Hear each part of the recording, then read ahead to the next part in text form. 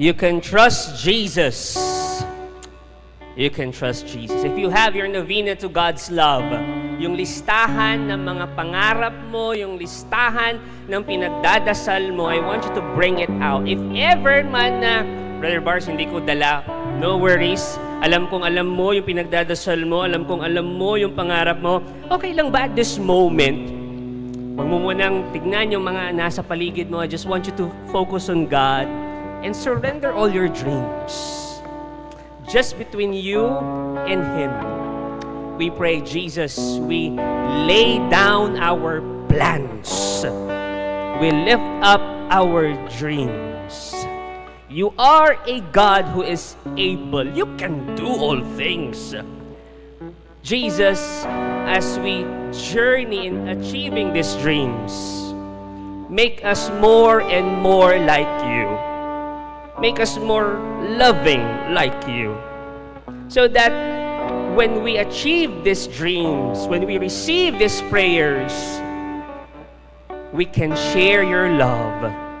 We can share you, Jesus, to other people.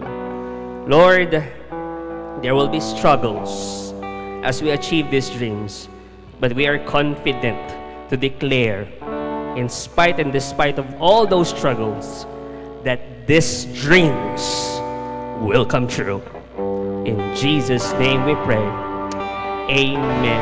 As one family, as one Feast Dagupan family, let's pray our favorite prayer at the feast. Let's make the sign of our faith slowly and meaningfully. I want you to namnamin as we make the sign of our faith. All together we say, in the name of the Father, and of the Son, and of the Holy Spirit.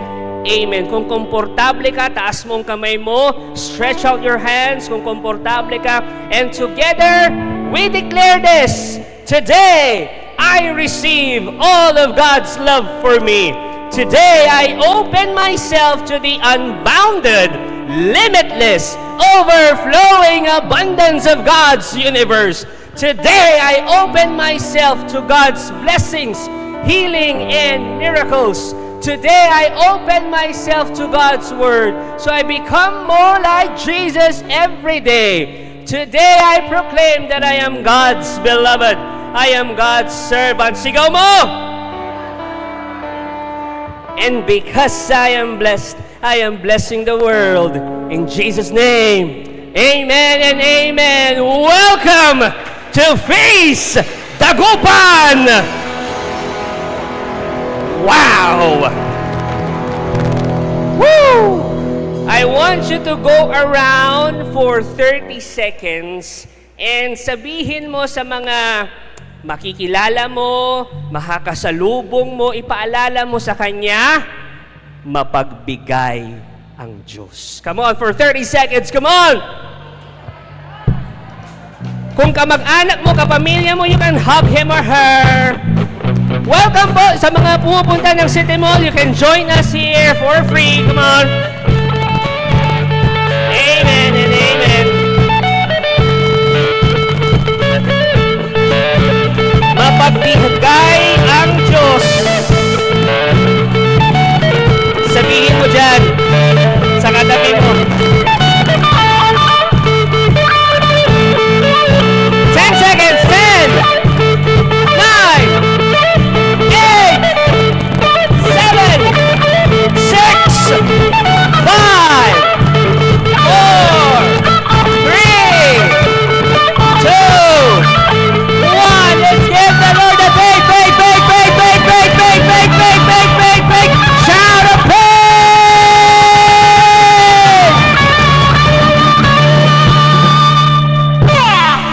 mapagbigay ang Diyos. I want you to absorb. Doon pa lang, pwede na tayong umuwi. Pero huwag muna kayong umuwi, ha? Pero doon pa lang, busog na tayo. And I want to welcome those who are joining us for the first time. Please, wag po kayong mahiya. Hindi po namin kayo pasasayawin sa harap. We would just like to welcome you. Taas lang po ng kamay, lahat po ng first-timers. Ngayon lang po, wow, welcome po, welcome. Welcome. Welcome to the family. This is now your family, whether you like it or Yun lang ang pagpipilian ninyo. After the feast po, I want to meet you there. Makikipag-kwentuhan lang ako ng konti and meron po kaming gifts sa inyo. And I want to pray for you. Also, those who are watching us online, Facebook, YouTube, maraming salamat. If ever first-timer din kayo sa online namin, Feast at Home, please comment #first-timer at kung taga saan kayo. And our online servants, Feast at Home servants, will welcome you. And we are praying one day, makasama namin kayo dito sa City Mall kasi ibang-iba dito sa City Mall. Pero if ever man, because of distance and some reasons, hindi kayo makapunta sa City Mall, we are just so glad and happy kasi kasama namin kayo online. Maraming salamat. Welcome to the feast. Alam nyo, this is a place wherein okay lang maging mahina. This is a place wherein okay lang umiyak. Kasi kasama mo ang Diyos. This is a place wherein you have people around you na pinagdadasal ka. This is your family. This is your community. Sabi nga doon sa isang nagtitrend ngayon, we listen and we don't judge. Ito ang mas matindi. We love and we don't judge. Whoever you are, welcome ka dito. Brother Mars, para lang yan sa mga, alam mo yun, yung taas-taas ng kamay, yung religyoso na talaga. Hindi! Kung ayaw mo itaas ng kamay mo, okay lang. We will journey with you. This is your home. This is your home.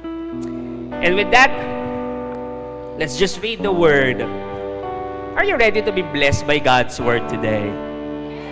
If you're ready, we sing and honor the Word.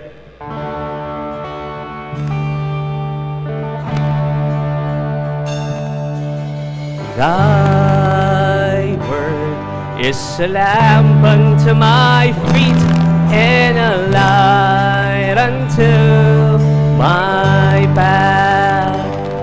Before I give you the word, I would just like to tell you that January is the month of Bible, of the Bible. It's Bible month.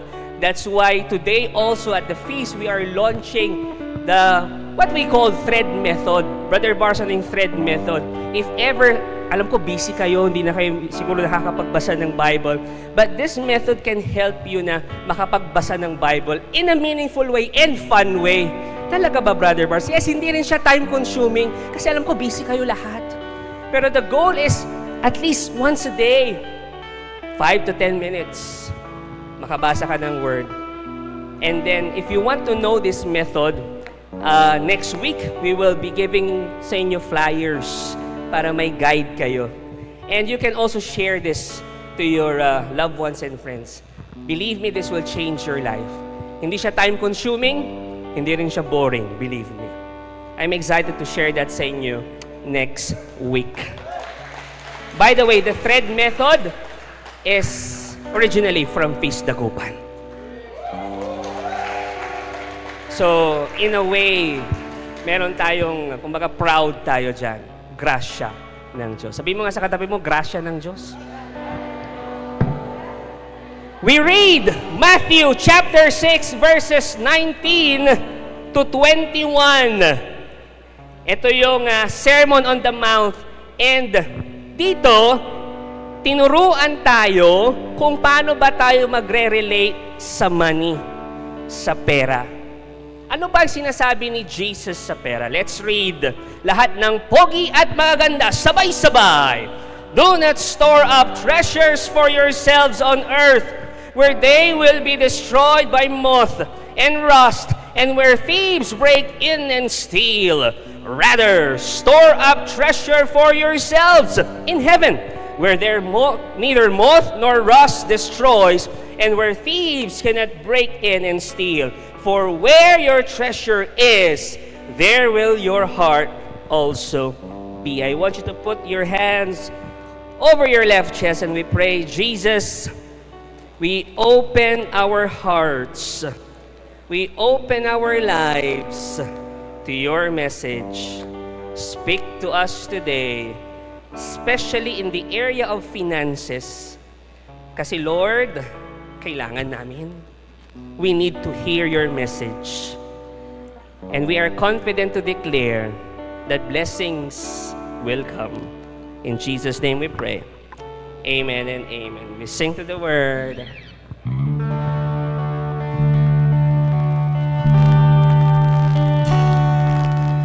Thy word is a lamp unto my feet and a light unto my path. Thy word is a lamp unto my feet and a light unto my path. Let's give the Lord a big hand. Come on, mailalakas pa yan. Love Him today. Habang papaupo ka, sabihin mo sa katabi mo, mapagbigay ang Diyos. Amen. Welcome to our brand new, bago ang series natin. My goodness. Welcome to our brand new series entitled More Than Enough. Sabihin nyo nga, More Than Enough.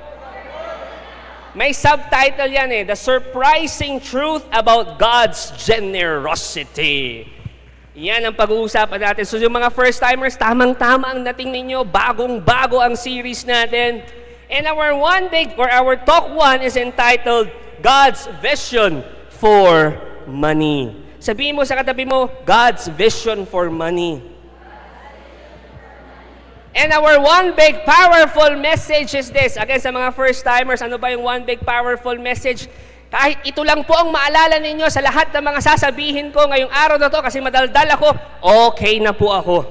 Yun po ang ibig sabihin ng one big powerful message. And our one big powerful message for this talk is this. Put your money under God's rule.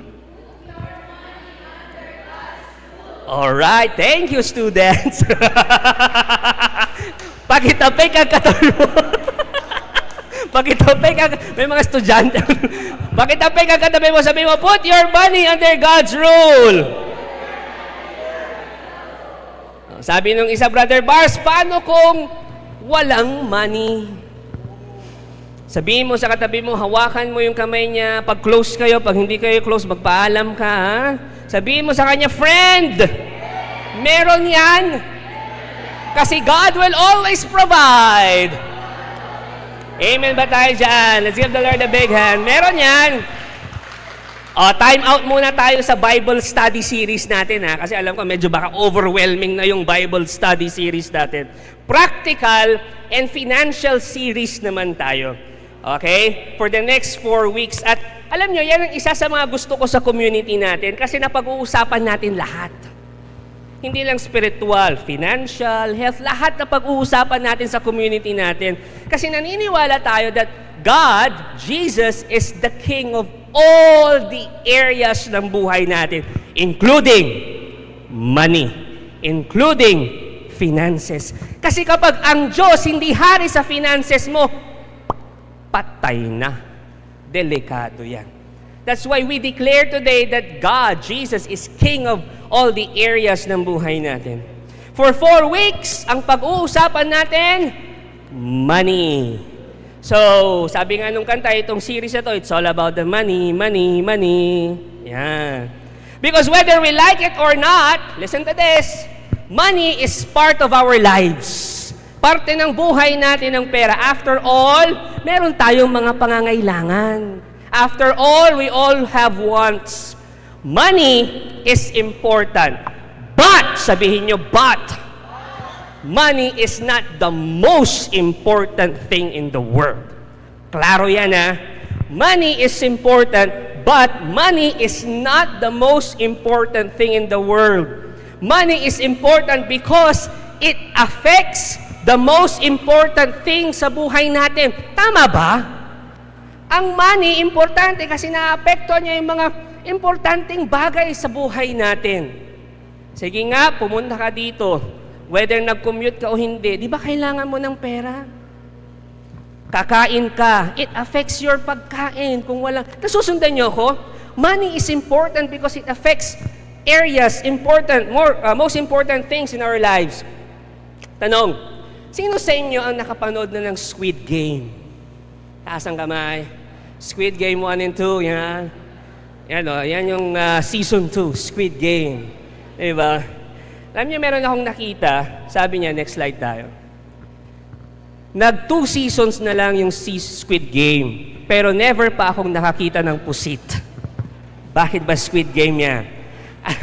Alam nyo, if napanood nyo yung Squid Game, by the way, hindi ako magbibigay ng walang spoiler dito. If ever napanood nyo yung Squid Game, di ba, money problems, kaya sila sumali sa laro. May problema sila sa pera, kaya sila sumali sa laro. Bakit sila nagkaroon ng money problems? Tanong nyo kung bakit? Kasi iba ang tingin nila sa pera. Kaya nagkaroon ng money problems. Today in Talk 1, we'll try to capture God's vision for money. Opo, God sees money in a unique way. Ano ba yung tingin ng Diyos sa pera? Tingnan ng katabi. Unique din ba siya para sa iyo? Tinawanan mo. In this series, itong bagong series natin, we'll try to understand kung ano yung perspective, yung tingin ng Diyos sa pera. And then we ask ourselves, importante ito ask yourselves, do I see money as God sees it? Or, do I see money as the world sees it? Tinitingnan ko ba ang pera kung paano siya tinitingnan ng Diyos? O tinitingnan ko ang pera kung paano siya tignan ng mundo? When I relate with money, am I using the eyeglasses of God or the eyeglasses of the world? I want you to ask that question. This may be a downer, but the goal of this series is not to teach you specific tools of how to grow your money or how to build a side hustle or how to multiply your wealth. May mga ibang series tayo para dyan. Okay? Instead, the goal of this series is this, to realign your money perspective with God's vision for money. I-realign natin yan. Yung tingin natin sa pera sa tingin ng Diyos sa pera. Brother Bars, ang boring naman ng topic natin. Nagkakamali kayo dyan. Because if that realignment happens, miracles will happen in your life. Believe me, lalo na sa finances ninyo. Taking on God's vision for money will transform your relationship with money and your life. Young people, nasaan ang young people? Mag-ingay. Daming mga sinungaling, mag-confess kay mamaya. Young people, you listen to this buong series because as young as you are, kailangan nyo nang malaman ito. Believe me, ayaw namin kayo yung magkamali tulad ng pagkakamali namin at yung tingin namin sa pera. Alright, umpisa na natin yung talk natin sa tanong na ito. Does money buy happiness? Ano sa tingin nyo? May narinig ako, sabi niya, oo, money can buy happiness kasi happiness ko Coke. So kapag wala akong pera, hindi makakabili ng Coke. Kasi happiness ko nga yan Eh di wow. Again, does money buy happiness? Yung tanong na yan can trigger arguments. Yung iba, iilin, hindi nabibili ng pera ang kasiyahan. Hindi nanggagaling sa pera ang kasiyahan. Hindi yan, Brother Bars. But others will rebut at sasabihin nila, talaga ba? Anong planeta ka galing? Oo naman. Money buys happiness. Di ba kapag may pera ka at bumili ka ng isang bagay, masaya ka? Di ba? Tapos, kung may gusto kang bilhin at wala kang pambili, di ba malungkot ka?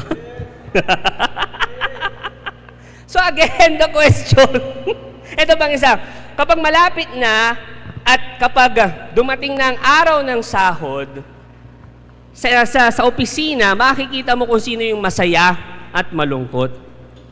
Kapag malapit na dumating ang sahod o kaya nagkasahod na, mukha silang anghel, masaya sila. Diba? Pero pag tapos na ang sahod, was na pera, malungkot na naman yan. Mukhang dragon na. O, tingnan mo yung katabi mo kung mukhang anghel o dragon. O, alam na. So again, paulit-ulit ako, does money buy happiness? O, gawin pa natin komplikado yung tanong na yan.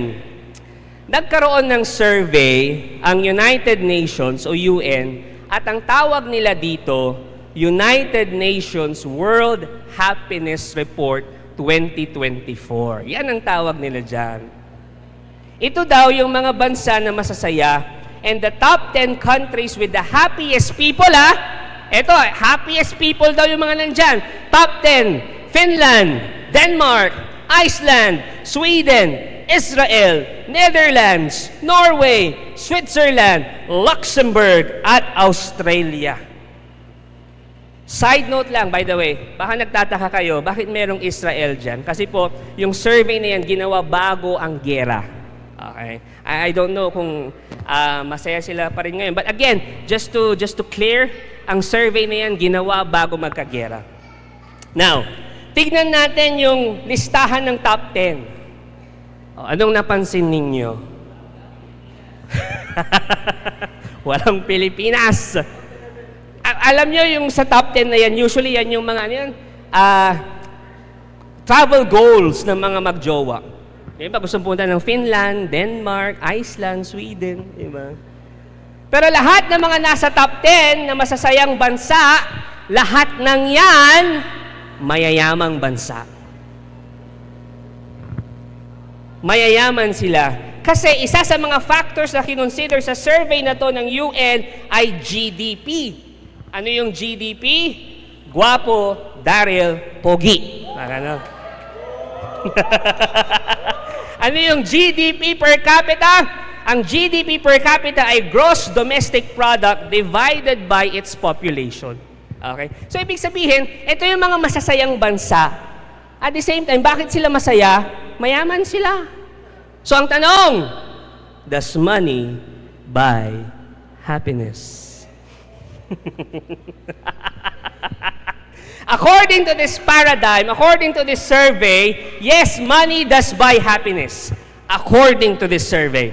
Kaya yung mga bansang yan, masasaya kasi mayayaman sila. Pero teka lang, sabihin nyo, teka lang. Kung usaping kasiyahan lang naman, dapat nasa listahan tayong mga Pinoy. Tama ba? Kung usaping kasiyahan lang naman. Tingnan nyo to. Next slide. Sige ba? Pogi lang ako, pero walang pera. Pero masaya siya. Diba? Diba? Masaya siya, diba? O, tingnan mo yung katabi mo, kahit walang pera, masaya. Kapag baha, masaya pa rin tayo mga Pinoy. Tama? Nagagawa pa rin natin ngumiti, nagagawa pa rin natin maging masaya. Tulad ng mga to, next slide tayo. O, diba? Alak is life. Baha na yan, masaya sila. O, next slide. O, diba? O, kilala nyo siya? O, next slide. O, ito pa, may surfing pa. Next slide. O, diba? Computer is life. At ito pa, duduyan-duyan. Diba? Masaya tayong mga Pinoy. Masayahin tayo. Tingnan mo yung katabi mo ulit. Walang pera yan, pero masaya. Masayahin tayo mga Pinoy, pero bakit wala tayo sa top 10 ng mga masasayang bansa? Pang-ilan tayo sa survey na yan? Alam niyo kung pang-ilan? Tanong niyo kung pang-ilan? Number 53. Layo sa top 10, di ba? Actually, nag-improve naman na tayo sa ranking. Last year, number 76 tayo. Ito, number 53 na tayo. So, mag-e-expect pa ba tayo sa survey ng UN na nasa top 10 tayo? Eh, mababa nga ang GDP natin per capita.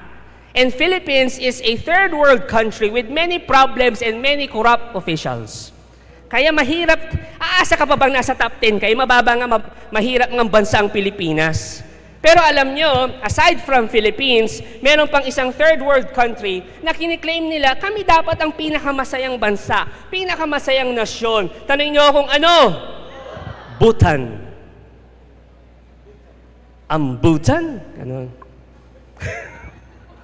Ang Bhutan, tulad ng Pilipinas, mababa rin sa survey. Alam niyo kung pang-ilan? Tanong niyo kung pang-ilan? 95. Plus 1, 96. Excited kasi kayo eh. Check ko lang kung nakikinig talaga kayo. Pang 96. And mas mahirap pa sila sa Pilipinas, ang Bhutan. Pero, yung gobyerno ng Bhutan doesn't look at the GDP or gross domestic product, but they created a unique metric na ang tawag nila GNH. Ano yung GNH? Tell nyo kung ano? Gross National Happiness. Instead of just measuring economic numbers, GNH, mini-measure nito yung mga bagay tulad ng gaano nag-i-smile ang mga tao. Gaano sila masaya sa buhay nila. At number 1 dyan ang Bhutan.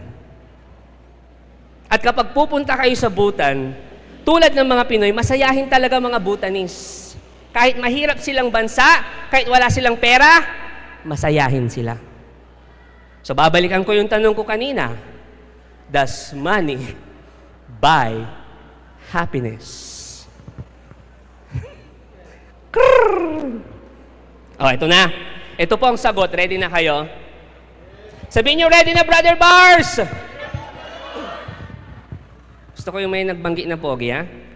In 2010, si Daniel Kahneman, isang Nobel Prize economist, resolved this age-old question. Meron na siyang sagot dyan.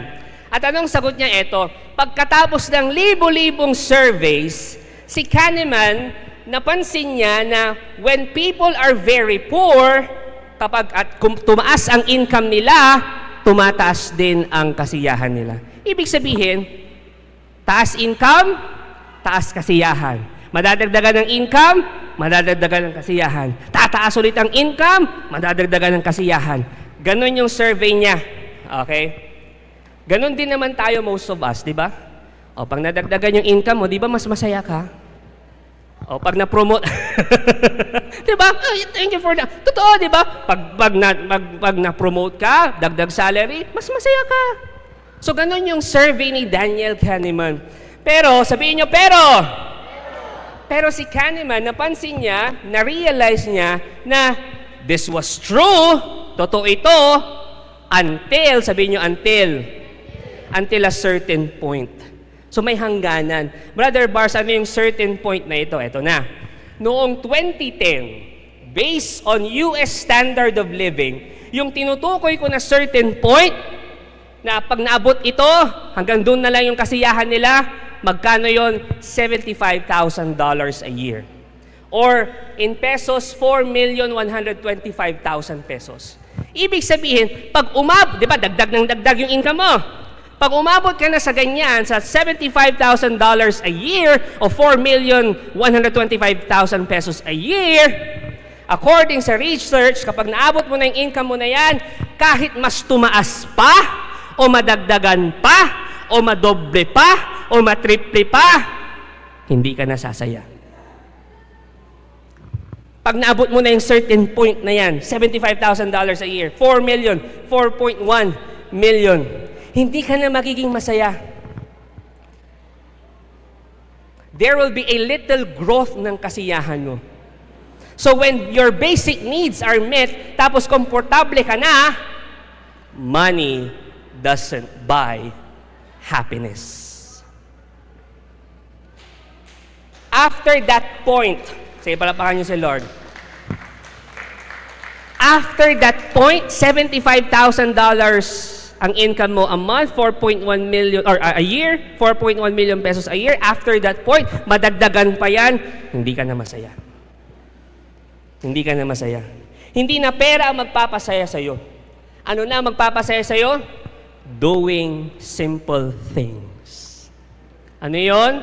Walking, pumunta sa beach, lumanghap ng malinis na tubig, malinis na hangin. Lumanghap ng malinis na tubig. Malinis na hangin, ano ba? Makipag-date sa misis mo, umattend ng feast dagupan. Yung makita mo lang at makasama mo lang yung mga mahal mo sa buhay at healthy sila, yun na yung magpapasaya sa'yo. Not really money. Not really money. Yung mga simpleng bagay na yon ang magpapasaya sa'yo, hindi na pera. Our talk for today has two parts. Una, the problem of money. Okay? Brother Lawrence will share that sa inyo. And the second part is the purpose of money. I will give that sa inyo. Alright, are you ready? Hawakan ng kamay ng katabi, sabihin mo, friend, sabay tayong matuto. Let's do this, my dear Feast Dagupan family. Please give a warm Feast Dagupan welcome and clap to my co-preacher for today, Feast Light San Carlos's planter, and our Brother Lawrence Bandong. Ayun. Beautiful Sunday, Feast Dagupan. Can you just smile to one another and tell that person it's a joy to see you?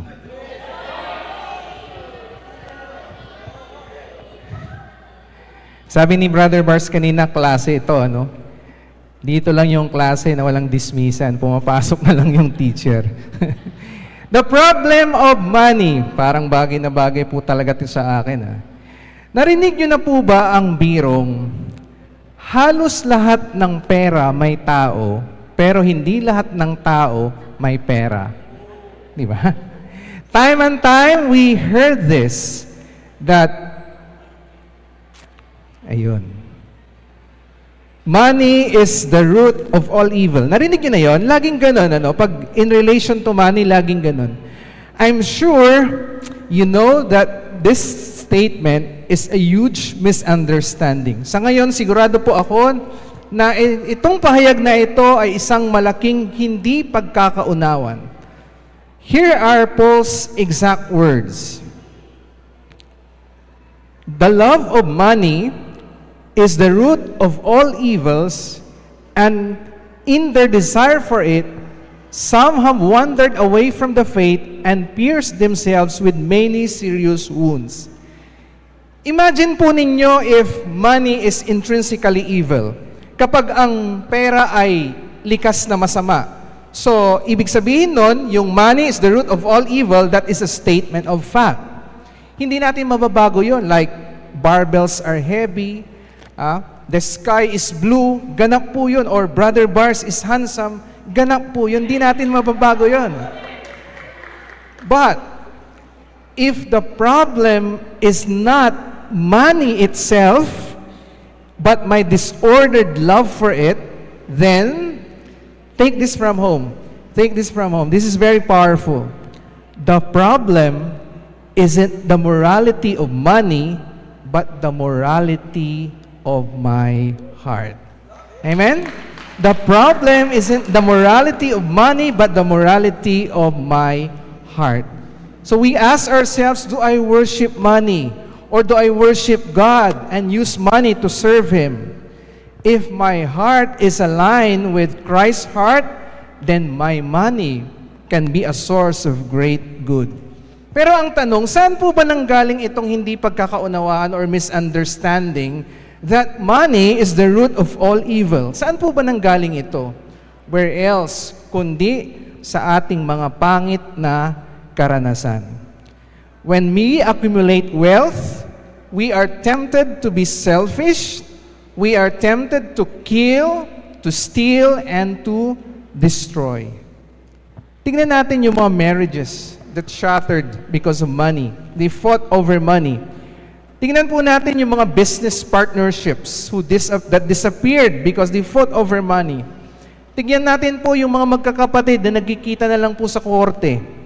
I know of a brother na pinadala ang kanyang sariling kapatid to prison so that makukuha niya po ang kanyang inheritance.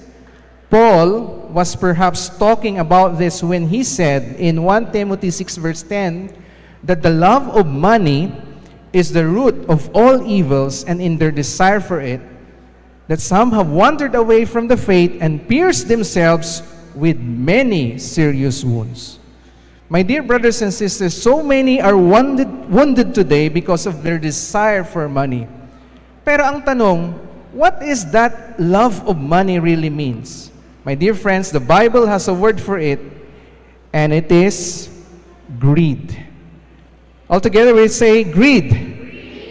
So greed is the disordered love of money and the disordered dependence on material things. Ang greed o kasakiman always seeks more validation, more status, more comfort, more things.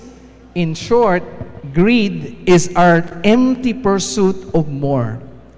But Jesus says in Luke 12 verse 15, watch out. Be on guard against all kinds of greed. Life that does not consist in an abundance of possessions. Bakit po natin kailangan be on guard? Because greed sneaks up on us. Ang greed, may mga palusot po ang greed. Hindi po natin napapansin. We don't even know that we are greedy. Sino po dito ang nasubukan ng magkumpisal o may routine ng confession? Halos lahat naman po tayo, ano? Pero my question is, have you ever confessed the sin of greed? Father, last week po, naging greedy po ako. Bibihira, ano? Parang dito ko nga lang nabasa sa talk na to, ano? Yung confession about greed. Mayroong isang pare na nagsabi that the most common sins that people confess in confession are sexual sins. Sexual fantasies, masturbation, pornography. Pero bibihira ang maririnig mo na I become greedy. We don't confess it because we are not aware that we are greedy. Again, greed is sneaky. Sneaky means lusot. And we have two reasons. Number one, first, it's so easy to justify greed as taking care of myself. Genetically, we are wired for self-preservation. Self-preservation, pangangalaga sa sarili. Nasasabi na to, Brother Lawrence, hindi naman po ito kasakiman. We tell ourselves, because I'm just meeting my needs. Kahit na we are already stepping on others. Second reason, and it's very common, second is, it's easy to point to more greedy people out there. Parang, yung billionaire na who runs a porn channel, o yung isang tao who exploits the poor through online gambling, o yung mga corrupt politician na nagnanakaw ng pera. It's easy to pinpoint these people. Those are really greedy people, not me. So pag kinumpara natin ang sarili natin with them, parang it gets up off the hook. Hindi po natin issue ang greed. Pero ang tanong, are we also guilty of greed? My dear friends, you might say that we are not greedy. But if greed is defined as the disordered love of money, ay aba, umamin man tayo o hindi, we are all guilty of this. Gusto niyo ng proof? Okay. After the feast, when you go home, you open all your closets, your drawers, your cabinets, and storage rooms, and look at all the mountain of stuff that you bought because you thought material things would make you happy. And you see, they are all just clutters, piles and piles of clutter. Pakita natin yung picture. Isn't that a disordered dependence on material things, aka greed? Kapag tinitignan niyo po yan, Jesus said in Matthew 6 verse 19, do not store up treasures for yourselves on earth where they will be destroyed by moth and rust and where thieves break in and steal. Pero ano yung ginagawa natin? Can I give you 3 soul-liberating questions and let's ask ourselves with this? First, are there things here that I haven't used for a year? May mga bagay ba kayong tinatago na isang taon nyo, hindi nyo pa nagagamit? Eto, dito sa Pangasinan. May mga regalo ba kayo nung kinasal kayo na hanggang ngayon di pa nabubuksan? Di mo ba?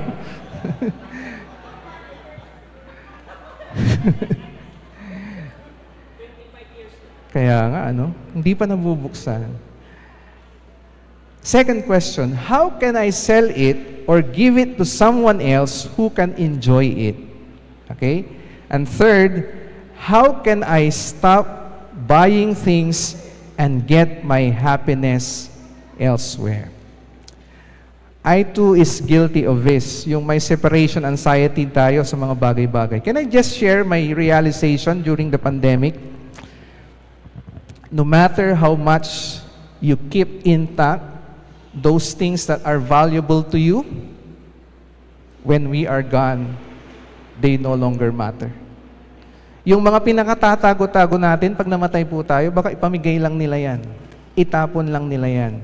Kaya, habang ikaw pa ang may control, hanapan mo na ng mga taong pwedeng makinabang at pwedeng maging masaya sa mga bagay na yon. Amen? In Ecclesiastes 5 verse 10, whoever loves money never has enough. However, whoever loves wealth is never satisfied with their income. This too is meaningless. I started with that joke. At sa susunod na marinig niyo po ang birong yon, buti pa ang pera, may tao, ang tao, wala. Tweet it.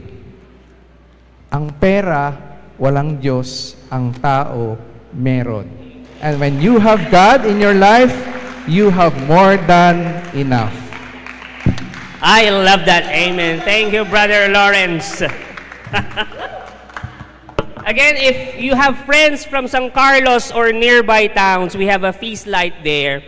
They gather every Saturday, 3 p.m. St. Charles Academy, and I want you to be excited for them. Believe me, be excited for them.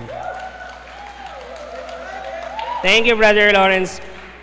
Tanong, naka-receive na ba kayo ng ganitong message sa cellphone ninyo? Yung tipong, gusto mong magkapera? Text, penge. Space, pera. Send it to your nanay. Mga ganon. May mura ka na, libreng batok pa. Di ba may mga penge nga ng, parang ito, next slide tayo. Tito, birthday ko po ngayon. Kumuha ng pera sa wallet. Magkano ba gusto mo? Yung kulay blue po. O, Tito, kulay blue. Di ba? Kaya minsan nagmumukha na tayong pera. Kamukha na natin ng pera. Parang siya. Diba? Kamukha. Kamukha na niyang pera. Again, our one big powerful message is this. Put your money under God's rule. Pakisabi nga sa 5 katabi mo dyan, put money under God's rule. Amen. Kanina, na-share ni Brother Lawrence ang problema sa pera. This time, I will share with you the purpose of money. Are you ready? Eto na. What is the purpose of money? What is the purpose of material things? Natanong nyo na ba yan sa sarili ninyo? Oo nga, no? Ano ba yung purpose ng pera? Ano ba yung purpose ng mga material things na meron sa akin? The answer to that question ay nandun sa binasa nating key passage. Basahin natin ulit. Matthew chapter 6, verse 21 to 20 to 21. Sabi dyan, rather, sabi ni Jesus, rather store up treasure for yourselves in heaven, whether neither moth nor rust destroys, and where thieves can break in and steal. For where your treasure is, there will your heart also be. Teka lang, Brother Bars. Tama ba yung naintindihan ko, yung narinig ko, na ang purpose ng pera is to be stored in heaven. Ilagay sa heaven. As in heaven, na kapag namatay tayo, yung destination natin, heaven, tama ba yung naintindihan ko, Brother Bars, na doon ilalagay ang pera natin? Doon i-store yung mga pera natin? Hindi, pero partly true. Okay? Anong ibig kong sabihin? Now, para mas maintindihan natin yan, yung verse na yan, okay? Yan, tingnan nyo mabuti yung verse na yan. Para maintindihan natin yung verse na yan, okay lang ba magkaroon tayo ng simpleng Bible study lang ulit? Okay? Simple lang naman. Okay lang ba? Sabihin nyo, okay lang. Okay, let's do this. Kapag nagbabasa kayo ng Gospel of Matthew, yung Gospel of Matthew, pag nagbabasa kayo ng Gospel of Matthew at naka-encounter kayo ng salitang heaven, langit, heaven, sa Gospel of Matthew, okay? Ang ibig sabihin niyan, Kingdom of God. It's not really the future tense na destination. No. Pag, again, nagbabasa ka ng Gospel of Matthew, pag naka-encounter ka ng heaven na word, ang ibig sabihin niyan, kingdom of God. Yung paghahari ng Diyos. So yung heaven, dyan, palitan nyo ng kingdom of God. Paghahari ng Diyos. Kasi yun yung nais sabihin ni Matthew.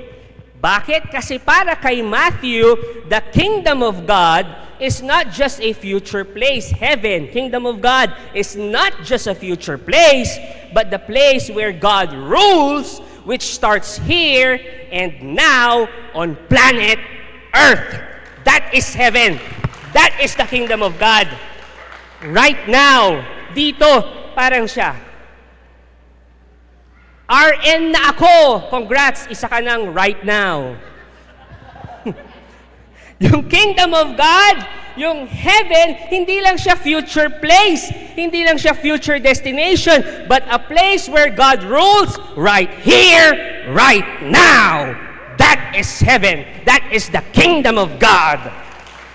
So, nung sinabi ni Jesus doon sa verse, balikan yung verse, sinabi niya, store up treasures in heaven, ang ibig niyang sabihin, dan-da-da-dan, put your money and material things under God's rule. Let His will be done. Yun ang ibig niyang sabihin. Na-install natin yung pera natin sa heaven, sa langit. Ang ibig niyang sabihin, put your money under God's rule. At hayaan mong gamitin yon at gamitin ka ng Diyos. You must ask Jesus, Lord, meron akong pera ngayon. Ano ang nais mong gawin ko sa pera ko? Always ask Jesus. Actually, sa lahat ng gagawin natin, you always ask Jesus. Nagbibinata ako. You always ask Jesus. So, whether sa pera mo, anong gagawin ko sa pera? Uy, nakatanggap ako ng bonus. Uy, nag-salary increase ako. Uy, natanggap ko na yung rice allowance ko. Uy, natanggap ko na yung... Lord, ano ang gagawin ko sa pera ko? And then you listen to God. And sometimes, sabi mo sometimes, ang ipapagawa niya sa'yo, yung ang sakit sa puso mo. Sometimes. So ask God, anong gusto mong gawin ko sa pera ko? Okay lang ba bigyan ko kayo ng clue? Kasi ayoko na nahihirapan kayo eh. So bibigyan ko na kayo ng clue. Okay lang? Sabihin niyo, okay lang, Brother Bars. Ito ang clue na gustong gawin ng Diyos sa pera ninyo. Gusto niyang gawin nyo sa pera ninyo. Be generous. Be generous. Why? Tanungin niyo kung bakit? Because greed, sabi ni Brother Lawrence kanina, and generosity cannot coexist. Hindi pwedeng parehong may greediness sa'yo at parehong may generous. Hindi pwede yon. It's either greedy ka o generous ka. San ka dern? Hindi sila pwedeng magsama. Isa lang. So tanong, saan ka doon? Greed or generosity? Okay lang magkwento. Pwede magkwento. Pilitin niyo muna ako sabihin niyo, cute? Sige na. Para naman maiba. Merong isang lalaki, namatay na, nawala na, pumunta sa langit, nakita niya si San Pedro. Ngayon si San Pedro, tinur siya sa langit. So nung tinutur siya sa langit, sabi niya, okay, ito yung magiging place mo, ito yung magiging tirahan mo dito sa langit, sabi ni San Pedro. So yung lalaki yun, okay, sige. Oy, alam mo ba ito? Itong mansion na yan, galing ito doon sa, para ito doon sa namatay mong kaibigan. Ay, grabe yun kung magbigay. Mansion. Talaga ba? Tapos naglakad siya ulit. Ito din, kanino tong parang palasyo na to? Doon sa kapitbahay mo. Kasi grabe rin yung binibigay niya sa simbahan.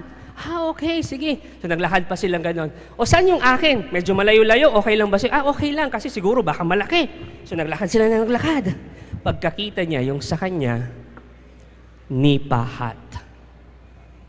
So nagreklamo siya, bakit gano'n yung mga kapitbahay ko, mansyon? Yung mga bahay naman nila niyan sa mundo, hindi naman ganyan kakalaki. Dito sa langit, mansyon, palasyo. Yung sa akin, laki-laki ng bahay ko doon sa mundo. Dito sa langit, ang bahay ko, nipahat. Bakit gano'n? Ang unfair naman. Sabi ni San Pedro, kasi yan lang yung mga pinadala mo dito sa langit eh.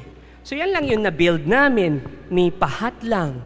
Itong mga kamag-anak, itong mga kapitbahay mo, kaibigan mo, grabe silang magbigay, magpadala sa langit. Paano sila nagpapadala sa langit? Itinutulong nila sa iba. Nagbibigay sila sa simbahan. Tanong, ano ang gusto niyong bahay sa langit? May pahat o mansyon? Nasa sa inyo na yan. Store in heaven your money. Paano? Be generous. Yugyugin mo yung katabi mo. Sabihin mo, be generous. Huwag kang greedy. Ang ganda nung sinabi ni Brother Lawrence kanina, kasi akala natin, hindi tayo greedy. Pero kung titingnan mo, greedy ka. Greedy tayo. Bakit? Gina-justify natin. Bibili ako nito kasi deserve ko to. Bibili ako nito kasi magagamit ko naman in the future. Greed. Greed. Akala mo hindi siya kasalanan kasi you justify it. Titingnan mo yung closet mo, ang dami-dami mong damit. Tingnan mo yung sapatos mo, ilan ang pares ng sapatos mo. Ilan dito ang pares niyang sapatos 5 and up? Oh, 'di ba? Nahiya na yung iba, 'di ba? Tanong, ilan ba ang paa mo? 'Di ba? May mga ilan diyan baka hindi mo na nasusuot. Ibigay mo na. O kung gusto mong kumita, ibenta mo rin. Again, ibigay mo para magamit. Sabi ng isang pare, I forgot the name. Actually, I forgot kung sino nagsabing pare, pero sabi niya, kapag meron kang isang bagay dyan na hindi mo naman ginagamit, ninanakawan mo ang ibang tao. Kasi pwedeng gamitin na nila eh. Pero ikaw, nasa sayo pa rin, hindi mo rin naman ginagamit, hindi mo rin binibigay sa kanila. Magnanakaw ka. Sino nang pare nagsabi nun? Basta. Si Father, tingnan nyo, si Father Alan pa pala nagsabi nun. Love natin yan, si Father Alan. Now, napansin nyo, sinabi ba niya yun talaga? Okay, sinabi niya. Napansin nyo, mas masaya tayo kapag nagbibigay tayo kaysa kapag nagiging greedy tayo. Balikan mo yung buhay mo ha, yung naging greedy ka, naging masaya ka ba? Nagbigay ka, naging mas masaya ka.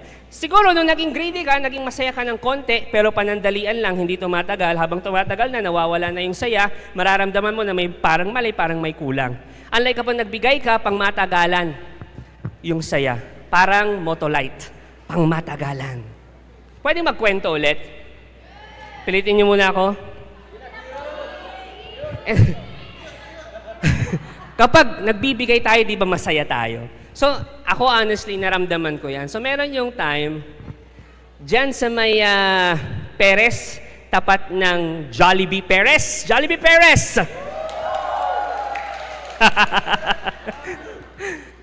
Bias ako sa Jollibee Perez eh. Meron diyang ano ba yun? Frank's Burger. File ako ng Frank's eh. Dati Angel's Burger. Ano yung Angel's Burger? Isang kagat, tinapay lahat. Sa pangalawang kagat, tinapay pa rin. So, nag-Frank's ako. Sa Frank's, ano yan eh, buy one, take one. Di ba? Buy one, take one yan. So, bumili ako. Actually, kulang ko yung dalawa. So, sabi ko, dalawa ang bibiliin ko. O, di apat.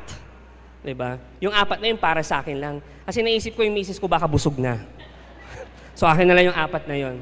So, sabi ko, bili akong apat. Sabi ko ganun. Tapos, lumabas ako doon sa may music warehouse. Meron ako nakita pulubi. And then, parang there's something in me na ibigay mo yung dalawa. Ibigay mo yung dalawang burger. So, sabi ko, kaya nga, Lord, apat yung binili ko eh. Kasi gutom ako eh. Pero again, di ba, you ask God, anong gusto mong gawin? Dapat pala, hindi ko na tinanong si Lord, sinolo ko na yung burger. So, sabi ni Lord, sige Bars, ibigay mo yung dalawa doon sa pulubi.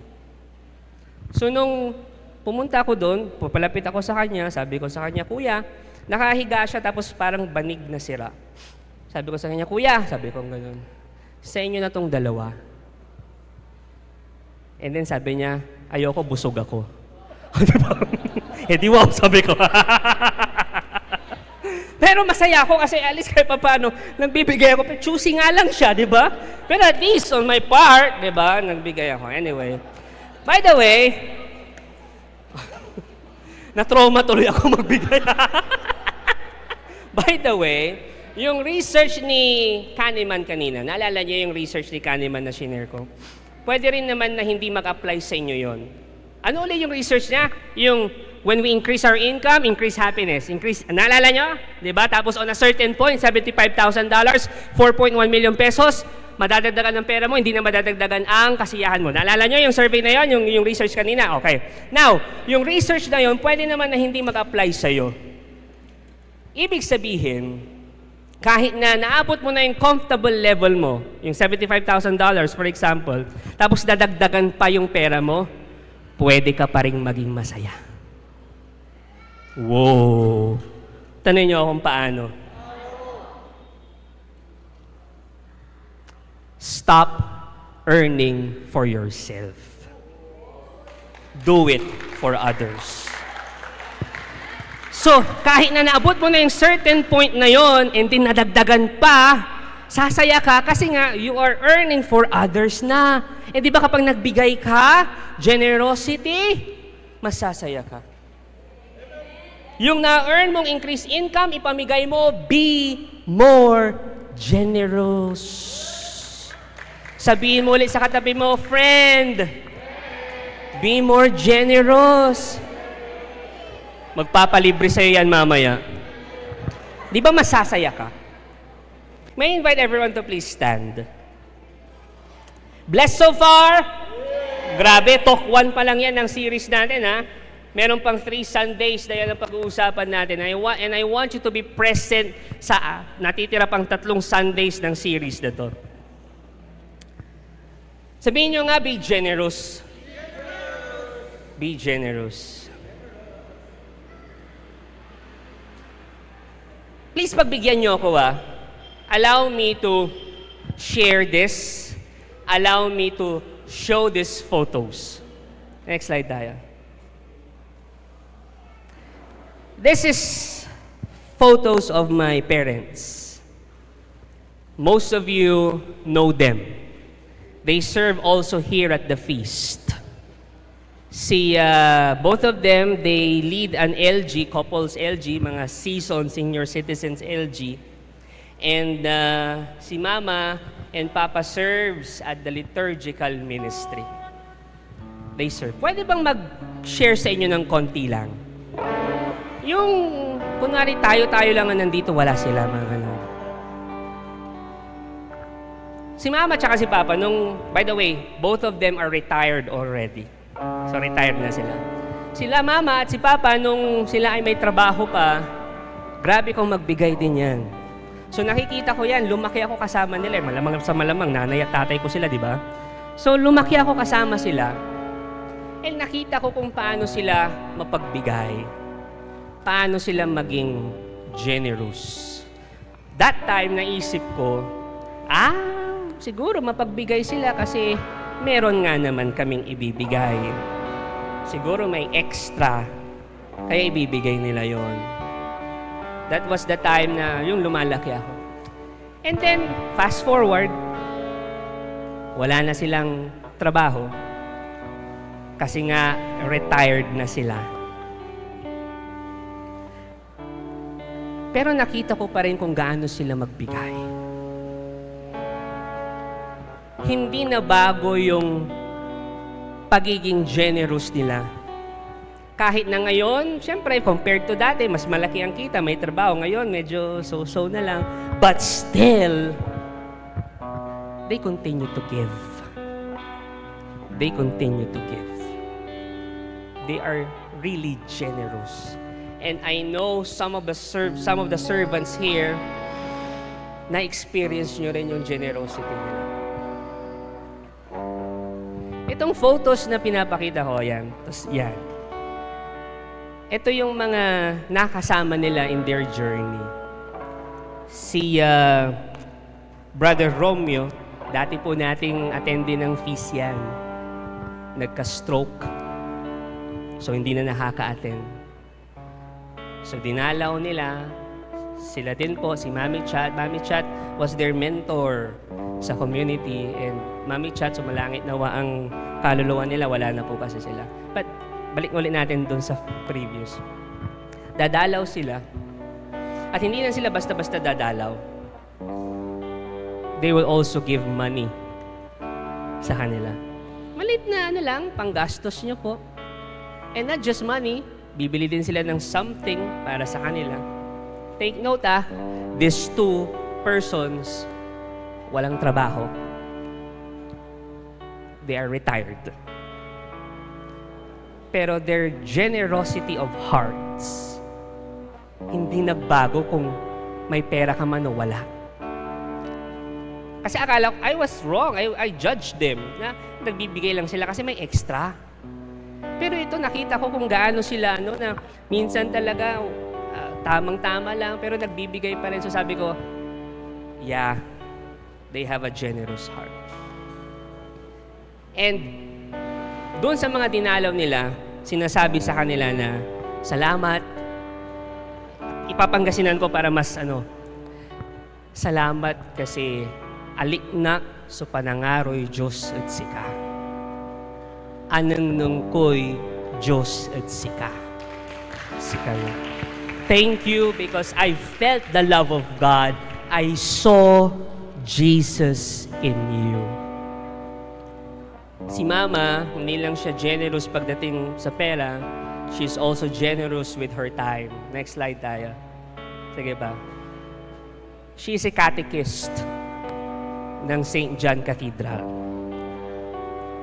Weekdays, she goes to Maluwad Elementary School. She goes to West Central Elementary School. Anong gagawin niya? To teach these kids, hindi lang how to pray, but to let these kids feel the love of God and to let them see Jesus. My dear friends, listen to this. When you give, kapag ikaw ay nagbibigay, mas nakikita ng iba ang Diyos sa'yo. Remember, we were created in God's own image and likeness. God is a generous God. Ibig sabihin, listen to this, right there in your hearts, you have a heart of generosity. Kailangan mo lang i-acknowledge yun. The more generous we become, the more we become like God, like Jesus. I want you to absorb that. The more generous we become, the more we become who He made us to be. Today, as we come into worship, I want you to look at the crucifix. My goodness, that's wholehearted generosity. He gave His all, even His life. Yun na yung pinaka may bibigay niya sa'yo, just to let you feel that you are loved. There's this verse sa Bible, we love because He first loved us. Here's my version. We give because He first gave His life, gave His everything, gave His all for all of us. Nung nagbigay ba siya, talo na? In the eyes of the world, talo. Kasi namatay. But in the eyes of God, meron siyang magandang plano Nanalo siya nung binigay niya lahat. Nung naging generous siya. And my dear Feast Dagupan family, listen to this. Pag nagbigay ka, in the eyes of the world, talo ka. Baka nang bigay, ano naman yan? Nawalan ka tuloy, In the eyes of the world, talo ka! But in the eyes of God, you are a winner. Because He has a great plan for your life. And you become more and more like Jesus. If this is the first time na gagawin nyo to, I want you to surrender your life to Him. Kayong lahat. Don't mind those people around you. No, it's just between you and God. Don't mind them. This is your moment with the Lord. I want you to surrender everything to Him. If this is your first time, maraming salamat. If this is your nth time, weekly naman ginagawa natin to, maraming salamat for recommitting yourselves to God. Let's just pray this prayer. Please repeat after me. Jesus, I surrender my life, even my financial life to you, because I believe hindi ako talo, hindi ako mawawalan. Sa dulo, panalo ako. Kasi kasama kita. If I have you in my life, the blesser, I am always blessed. That's why I am confident to declare today that blessings are coming. Victory is coming. Healing is coming. Dreams are achieved. Prayers are answered. In Jesus' name we pray. In Jesus' name we pray. In Jesus' name we pray. We worship the Lord, the generous God, today. Thank you for watching. Be sure to subscribe to this YouTube channel para wala kayong ma-miss na video at live stream. Please also share this video to your loved ones, families, and friends. And do not forget that you can join us here live sa Feast Dagupan. God bless you all more. Mama Mary loves you.